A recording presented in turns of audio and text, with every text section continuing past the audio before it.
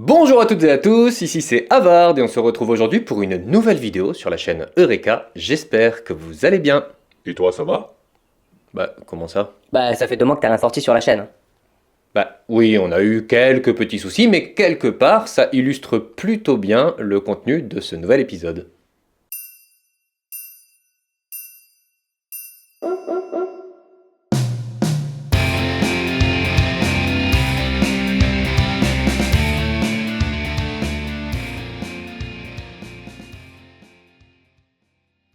Et pour ce nouvel épisode, vous avez été nombreux à choisir le thème des films et séries. Ça me fait plaisir d'ailleurs, parce que ça fait longtemps qu'on n'y était pas revenu.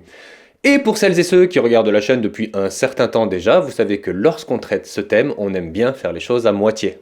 C'est pas un peu péjoratif comme formule, ça? Non, mais ce que je veux dire par là, c'est que on aime bien traiter l'épisode avec une bonne moitié sur un film et la seconde partie sur une caractéristique qui lui est propre. On avait par exemple abordé la possible résurrection des dinosaures lorsque nous traitions du sujet Jurassic Park, Jurassic World, et même de la catastrophe du naufrage du Titanic lorsque nous avons parlé du film du même nom. Du coup, on fait les choses à moitié, mais on met les bouchées doubles. Ouais, c'est un peu ça. Nous allons donc parler dans cet épisode de plusieurs films, mais surtout de ce qu'ils ont en commun, la malédiction du 7e art. Qu'adviendrait-il si tout ce qui devait mal se passer sur un tournage se passe mal?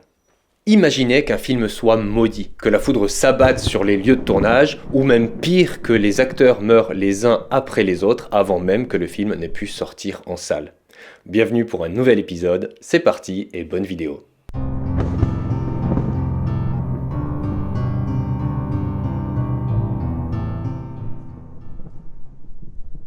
Attention, on ne parle pas de galères de tournage ou de faits qui, même s'ils sont graves, sont trop isolés pour qu'on puisse parler d'une véritable malédiction.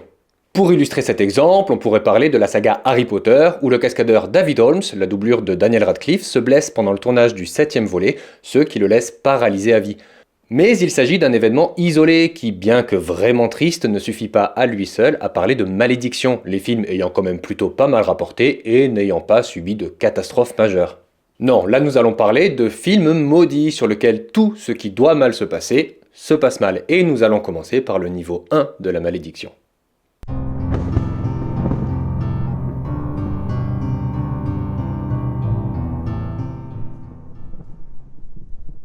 Mad Max Fury Road, sorti en 2015, réalisé par George Miller, qui souhaite ajouter un 4e opus à sa saga, démarrée en 1979, et dont le 3e volet sort en 1985. Attends, il a fallu attendre 30 ans entre le 3 et le 4? Bah oui, c'est là qu'entre en scène la malédiction sur ce film, qui pourtant est déjà pensé par George Miller dès 1987. En effet, le réalisateur George Miller peine à monter le projet. Malgré le succès de Babe en 1995, certaines de ses réalisations, comme le film Lorenzo en 1992, ne jouent pas en sa faveur. Il faut savoir que déjà pour Babe, le film a nécessité 7 ans de développement avant de sortir. Ok, c'est pas un rapide quoi. D'ailleurs, le film Babe 2 sera un nouvel échec commercial pour le réalisateur. Mais cette malédiction des retards va le faire passer à côté d'un projet ambitieux, le film Contact, adapté de l'œuvre éponyme de Carl Sagan.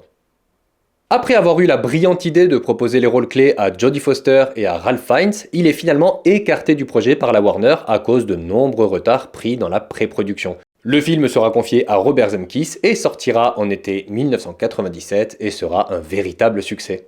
Mais George ne part pas bredouille. En échange de son retrait du projet, il se voit accorder la franchise Mad Max. Il peut donc se consacrer entièrement à la réalisation du 4e film de sa saga. En 2003, il annonce que le script est prêt. Avec un budget de 100 millions de dollars, il se prépare pour le tournage qui aura lieu en Australie. Sauf que... non, le projet va encore être abandonné, notamment à cause d'une météo catastrophique. Retour en arrière et nouveau retard qui conduit à un nouvel essai en 2006, cette fois annoncé sans l'acteur principal Mel Gibson qui fête ses 50 ans cette année-là et qui est donc trop âgé pour reprendre son rôle.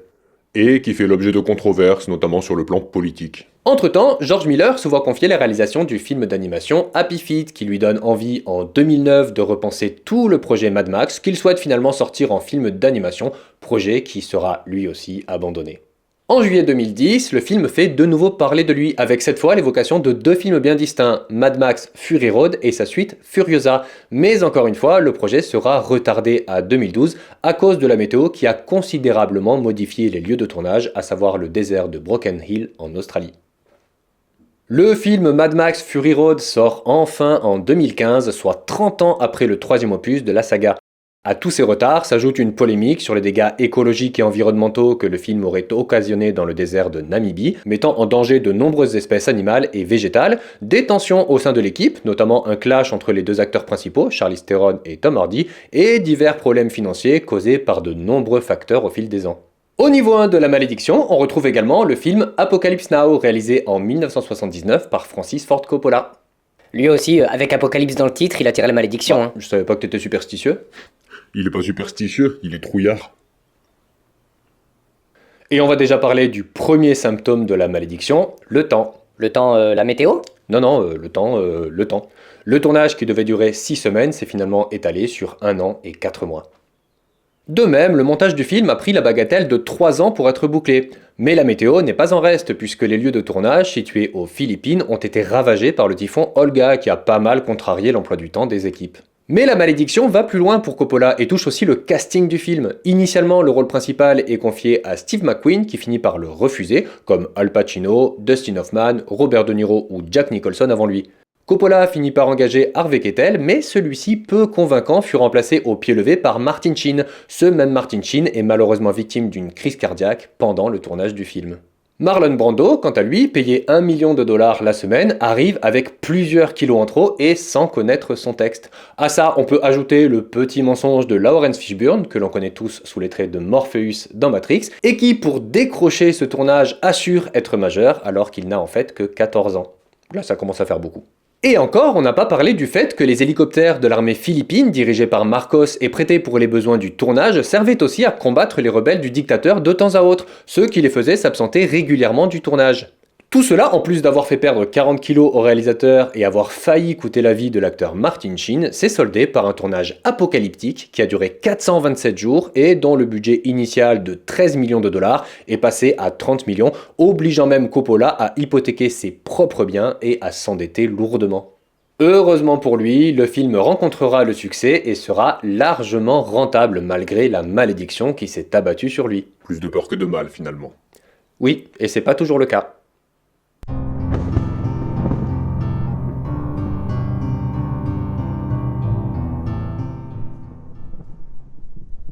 On passe une nouvelle étape dans la malédiction du 7e art avec des films qui cette fois ont été entachés par la mort de leurs acteurs.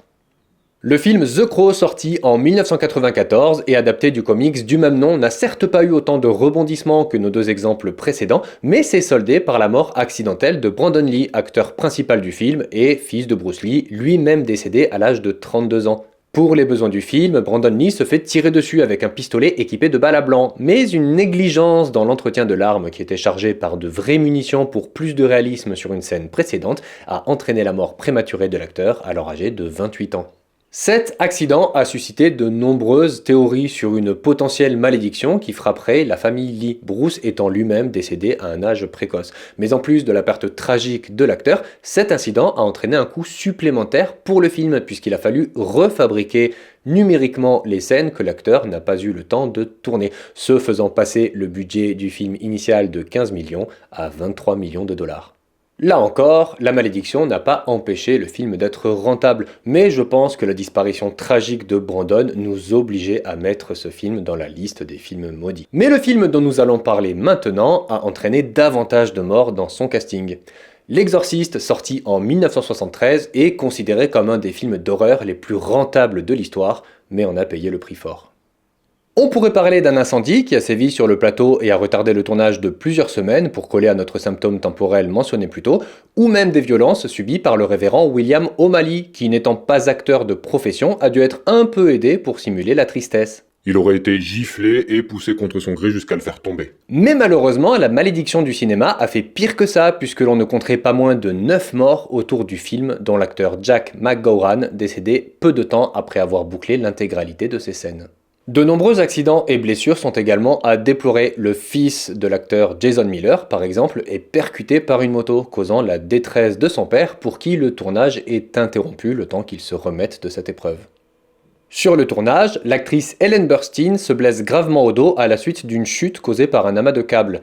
Plus tard, à la sortie du film, l'actrice Linda Blair est menacée de mort, notamment par certains groupes religieux qui voient en L'Exorciste un film à la gloire de Satan. Ceci étant, ces décès sont à mettre en perspective. Il s'agit souvent de la famille des membres du casting, plus ou moins proches et plus ou moins en bonne santé, à l'image du grand-père de Linda Blair, et sont souvent associés au tournage pour accroître la réputation du film et faire une sacrée publicité pour celui-ci.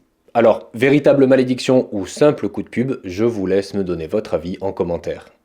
Dans la même veine, on peut citer la trilogie Poltergeist, dont le premier film sort en 1982 et qui aurait pu coûter la vie d'un de ses jeunes acteurs, Oliver Robbins, qui manque d'être étranglé par un clown diabolique à cause d'un mauvais réglage des accessoiristes du film. Eh ben ça commence bien. Plus grave encore, l'actrice Dominique Dunne, qui joue la fille aînée, est victime d'une tentative d'homicide par strangulation le 26 septembre 1982 de la part de son conjoint, auquel elle survivra la première fois, mais qui récidive le 30 octobre de la même année et qui, cette fois, lui sera fatal. Ce drame n'empêchera pas la trilogie de tourner sa suite, Poltergeist 2, sorti en 1986, et pour lequel les acteurs et actrices du casting s'aperçoivent que certains squelettes utilisés pour les besoins du film sont en fait de vrais cadavres, ce qui pousse l'équipe de tournage à demander un exorcisme du plateau. Cette mission est confiée à l'acteur Will Sampson qui, en plus de jouer dans le film, se considère comme un chaman. Un an plus tard, celui-ci décédera à cause de complications post-opératoires à la suite d'une transplantation. 2 films, 2 morts, vivement le 3. Justement, le troisième volet sort en 1988 et compte la présence de l'actrice Heather O'Rourke, déjà présente dans les 2 films précédents, et à laquelle on diagnostiquera une maladie de Crohn pendant le tournage. Et même si un traitement médical lui permet de boucler le film, celle-ci finira par mourir le 1er février 1988 à cause d'un choc septique à l'âge de 12 ans.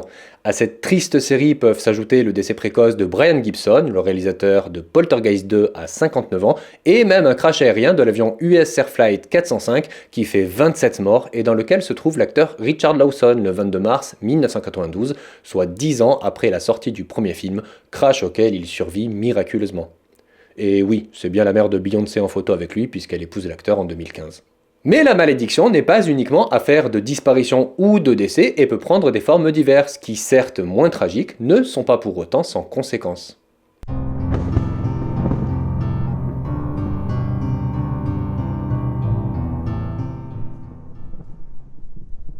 Pour expliquer la malédiction suivante, je suis obligé de revenir un peu sur la manière de fabriquer un film et sa timeline.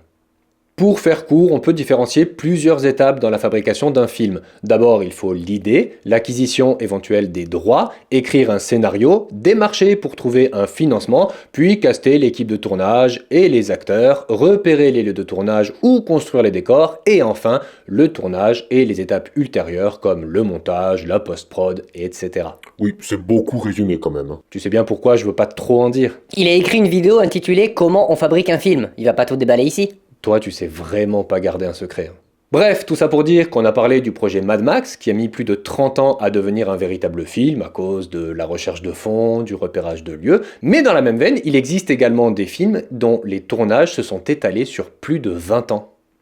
En octobre 2000, après avoir rédigé le script, trouvé les finances et casté ses acteurs, Terry Gilliam entame le tournage de son film L'homme qui tua Don Quichotte, mais la malédiction va venir frapper cette première tentative. D'abord, l'acteur Jean Rochefort est pris d'une infection de la prostate qui perturbe le début du tournage. Celui-ci sera également retardé par le décollage de nombreux avions d'une base militaire située à Madrid, proche des lieux choisis pour tourner le film. Le deuxième jour, des pluies diluviennes transforment le paysage désertique voulu pour les besoins du film et détériorent une partie du matériel. Jean Rochefort, partiellement remis de son infection, se plaint de violentes douleurs dorsales qui l'obligent de nouveau à s'absenter. Son médecin diagnostiquera une double hernie discale qui le condamne à abandonner son rôle puisqu'il lui serait désormais impossible de remonter à cheval. Le tournage, qui comptait à son bord des acteurs tels que Rochefort, Johnny Depp ou Vanessa Paradis, est une première fois abandonné. Nouvelle tentative en 2008, avec cette fois à l'affiche Robert Duvall en Don Quichotte et Ewan McGregor. Terry Gilliam modifie son scénario et projette un tournage pour 2010 qui ne se fera pas, le réalisateur ayant perdu son financement quelques semaines avant le début du tournage. Retour en arrière et troisième tentative en 2011, toujours avec Robert Duvall, mais cette fois sans Ewan McGregor qui n'est plus disponible pour le tournage. Il est remplacé au pied levé par Owen Wilson, mais encore une fois et malgré l'arrivée d'un nouveau producteur, le film peine à trouver son financement et est encore abandonné. C'est quand même pas de bol, hein. Allez, quatrième essai en 2014 avec une modification du scénario qui fait désormais un clin d'œil à son réalisateur et à la malédiction dont il est atteint qui l'empêche de faire un film autour de Don Quichotte. Ce personnage est campé cette fois par John Hurt, auquel on diagnostique malheureusement un cancer du pancréas l'année suivante, ce qui l'empêche d'assurer son rôle malgré sa rémission. De toute façon, comme dit précédemment, le film peine à réunir les 21 millions de dollars de budget exigés par le film. En février 2016, le producteur Paolo Branco s'engage à fournir les 16 millions d'euros nécessaires à la faisabilité du projet, ce qui permet à Terry Gilliam de se dire que cette fois, cette nouvelle tentative sera la bonne. Il caste l'acteur Adam Driver, que le monde a découvert l'année précédente sous les traits de Kylo Ren dans Star Wars. Branco et Gilliam annoncent que le tournage durera 11 semaines et que le film sera prêt pour le 70e Festival de Cannes en 2017. Mais la relation entre les deux hommes se dégrade rapidement. Le réalisateur reproche au producteur de trop s'immiscer dans le processus créatif du film, en imposant des membres de sa famille dans l'équipe ou en refusant de travailler avec tel acteur ou tel assistant réel. Cette dispute verra les premiers démissionnaires du projet qui, une fois encore, perturberont le montage financier du film et mettra évidemment terme à la relation entre les deux hommes. Mais l'année suivante, Terry Gilliam revient à la charge et l'éviction de Paolo Branco du projet permet à ceux qui avaient quitté le navire de revenir à son bord. Le tournage débute le 6 mars 2017 en Espagne. Probablement éprouvé par les tentatives précédentes, le réalisateur Terry Gilliam tourne le film dans des conditions de santé précaires à cause d'une attaque cérébrale survenue l'année précédente. Quand c'est pas un problème financier, c'est un problème de santé, décidément cette malédiction est tenace, hein. Ouais, enfin, plus de peur que de mal, puisque Terry Gilliam annonce sur les réseaux que le tournage est terminé le 4 juin de la même année. Et effectivement, cette fois, ce devrait être la bonne. Non ? Non ? Vous vous rappelez Paolo Branco, le producteur avec qui le projet était bouclé en 2016 ? Eh bien, selon lui, il a toujours des droits concernant ce film et entend bien les faire valoir auprès de la justice. Il intente ainsi plusieurs procès qui seront jugés à Paris et à Londres et qui vont finir par donner raison au producteur. Le film ne peut pas se faire sans son accord. Mais c'est pas possible. Il en profitera même pour tenter de faire annuler le tournage, purement et simplement, mais sera débouté de cette demande. S'ensuit une guerre juridique entre les deux hommes et les divers acteurs du financement du film, Branco estimant que le projet lui appartient toujours et les autres arguant qu'il n'a absolument pas participé au montage de l'œuvre, ni sur le plan financier, ni sur aucun autre. Le 17 décembre 2020, Paolo Branco est finalement débouté de sa demande et condamné au remboursement des frais de justice engagés par les parties qu'il a traînés devant les tribunaux. Bien fait, tiens. Entre-temps, et avec l'accord de la justice, le film sort en 2018 et il est dédié à la mémoire de Jean Rochefort et de John Hurt, malheureusement disparus le 9 octobre et le 25 janvier de l'année précédente, figurant au casting des versions non abouties. Paolo Branco et son fils, avocat, vont continuer de sévir en tentant d'interdire la diffusion du film au Festival de Cannes et de repousser la sortie en salle. En effet, mais une fois de plus, la demande sera déboutée. L'accueil de la critique est plutôt tiède, mais globalement positif. Mais d'après les chiffres que j'ai pu trouver, le film est loin d'être rentable. On parle d'environ 123 000 entrées en France, 300 000 entrées dans le monde, ce qui équivaut à des recettes d'environ 2 millions de dollars, ce qui est très loin de rembourser le budget du film. Une véritable malédiction, quoi. Niveau rentabilité, il y a pire, C'est vrai qu'on pourrait aussi parler du projet Bad Girl. Initialement annoncé pour 2022, le film Bad Girl, produit par DC, suit l'idée de la Warner Bros. Qui souhaite commander plusieurs films avec des héros féminins. Excellente idée. Ainsi, Margot Robbie, qui campe Harley Quinn dans le film Suicide Squad, devrait reprendre son rôle dans un film retraçant l'histoire des sirènes de Gotham. Pour celles et ceux qui, comme moi, sont moins sensibles à l'univers DC que celui Marvel, je précise que cet arc met en scène Catwoman, Harley Quinn et Poison Ivy qui s'allient pour terroriser la ville. Et si je suis obligé d'expliquer, c'est parce qu'en faisant des recherches pour les besoins de ce film, on s'aperçoit qu'il existe un autre arc narratif exploitable du nom de Birds of Prey qui sera finalement préféré et donnera le film éponyme en 2020. Mais les Birds of Prey comptent parmi leurs membres et même leur fondateur le personnage de Barbara Gordon, la fille du commissaire, alias Batgirl. On décide donc de l'écarter du film pour la présenter dans son stand-alone les années suivantes. Le casting est fait, c'est Leslie Grace qui jouera l'héroïne, actrice très peu connue, mais qui sera entourée par J.K. Simmons en commissaire Gordon, que les fans de Spider-Man ont connu sous les traits du journaliste Jonah Jameson, de Brendan Fraser et même de Michael Keaton qui reprend le rôle iconique de Batman. Le tournage du film se fait entre novembre 2021 et mars 2022, et tout va bien. Comment ça ? Tout se passe bien, le film est tourné, aucun problème. Un souci avec la production alors? Non, non, vraiment, ça se passe, le film réussit à réunir ses 90 millions de dollars de recettes, aucun acteur n'est blessé pendant le tournage. Bah, pas de malédiction du coup. Je suis presque déçu. En effet, Bad Girl ne fait pas vraiment partie des films maudits de l'industrie du cinéma, mais si on en parle quand même, c'est parce qu'après plusieurs années de montage, de production, de tournage, ce film ne sortira jamais en salle. En août 2022, la Warner confirme l'annulation pure et simple du film. Et on sait pourquoi? Les raisons divergent. Dans un premier temps, on parle des premières projections tests qui auraient fortement déçu leur public, puis dans un second, il se dit qu'en fait, les projections ont recueilli des critiques plutôt positives, mais que la nouvelle direction autour de DC Comics est de sortir uniquement des gros films pour être bien sûr de séduire tout le monde et de servir l'univers DC, et que Bad Girl était jugé un peu faible. Quoi qu'il en soit, c'est vraiment la seule raison pour laquelle on en parle ici. Bad Girl figure comme étant le projet abandonné le plus cher de l'histoire du cinéma. On aurait pu le mettre plus tôt dans un épisode consacré au record du cinéma. Ne me tente pas.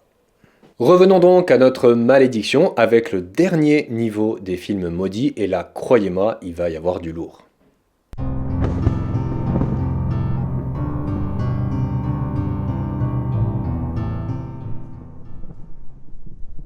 Notre dernier film de la série est une adaptation cinématographique du livre The Incomparable Atuk, sorti en 1963 et écrit par l'auteur canadien Mordecai Richler. Connais pas. Moi non plus. Moi non plus. Les droits d'adaptation pour le cinéma sont achetés en 1971 par Norman Jewison et le script est écrit dans la foulée. 10 ans plus tard, le premier rôle est proposé à l'acteur John Belushi qui l'accepte, hypé par le projet et ravi d'avoir été choisi. Malheureusement, il décédera le 5 mars 1982 d'une overdose à l'âge de 33 ans. Sa compagne est accusée d'homicide involontaire et sera jetée en prison. Ok, je vois à quel type de malédiction nous avons affaire. Le script est donc à la recherche d'un nouvel acteur pour l'interpréter et le trouve en 1986 en la personne de Sam Kinison. Et oui, je passe un peu vite sur les acteurs et leurs filmos parce que, en plus du fait que les événements se sont déroulés il y a 40 ans, la production canadienne n'avait pas pour vocation d'embaucher de grosses têtes d'affiche. Mais 2 ans plus tard, et après seulement 8 jours de tournage, l'acteur désapprouve fortement certains choix scénaristiques et compte donc réécrire le script, arguant qu'il a signé un contrat qui lui donne le droit de le faire, ce que la production dément formellement. La machine juridique se met alors en place et un procès a lieu, ce qui met le film en pause jusqu'en 1992. Mais pendant ces négociations, l'acteur Sam Kinison décède à son tour à l'âge de 38 ans à la suite d'un tragique accident de voiture. En 1994, persuadé que le film doit quand même se faire, l'équipe de production contacte John Candy, hypé par le script à tel point qu'il le fera lire à un ami acteur en vue de le faire jouer un rôle dans le film, Michael O'Donoghue. Malheureusement, les 2 acteurs décéderont également, John Candy le 4 mars d'une crise cardiaque et son ami en novembre de la même année d'une hémorragie cérébrale. Le rôle est alors proposé à Chris Farley en 1997, mais quelques mois à peine après avoir lu le script, l'acteur est retrouvé mort à son domicile par son frère des suites d'une overdose. Bon, ça commence à faire beaucoup quand même. Tout comme John Candy avant lui, Farley fait lire le script avant son décès à un de ses amis, Phil Hartman, qui sera assassiné par sa propre femme quelques mois plus tard. Au total, le script sera passé dans la main de 6 acteurs différents qui ont tous péri dans des circonstances tragiques et à un âge précoce. Je pense donc sincèrement et j'espère même que ce film est le plus représentatif de cette malédiction du 7e art. Maintenant, si un autre exemple vous vient en tête, n'hésitez pas à me le dire en commentaire.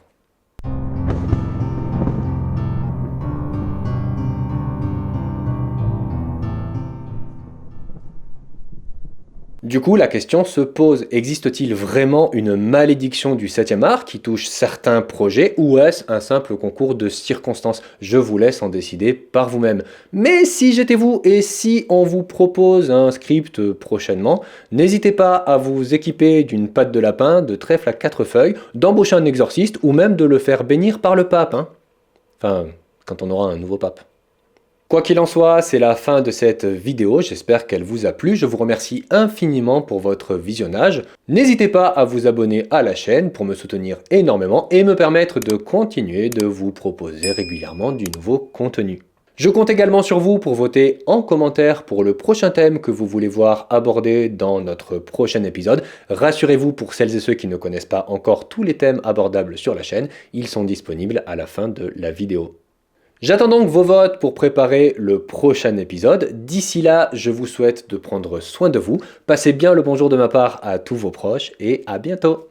Ciao! Vous êtes toujours là? Bah, c'est plutôt cool, merci. J'avais pas forcément envie d'en parler de prime abord, mais bon, vous avez regardé toute cette vidéo, donc vous m'avez soutenu jusque-là, c'est super sympa de votre part, donc voilà, un petit peu de clarté, rien de grave. Hein. Ça fait 2 mois que j'ai rien posté, il y a eu plusieurs facteurs en jeu, notamment de lourds problèmes de santé, j'ai une maladie auto-immune, voilà. J'espère que c'est derrière moi, j'espère que la fréquence va de nouveau revenir à un rythme soutenu, hein. On était à un épisode par semaine jusqu'à maintenant, j'espère que j'y arriverai, si ça n'est pas le cas, et que la chaîne prend un peu du retard, maintenant vous saurez pourquoi, voilà, petit souci de santé. Rassurez-vous, rien d'handicapant, de vraiment très grave au quotidien, mais bon, pour ce genre de métier, c'est un petit peu compliqué. Merci à toutes et à tous, prenez soin de vous, c'est la raison pour laquelle je conclue toutes mes vidéos en vous souhaitant ça. Vraiment, prenez soin de vous, la santé c'est le plus important au monde, et je vous dis à bientôt. Ciao et merci.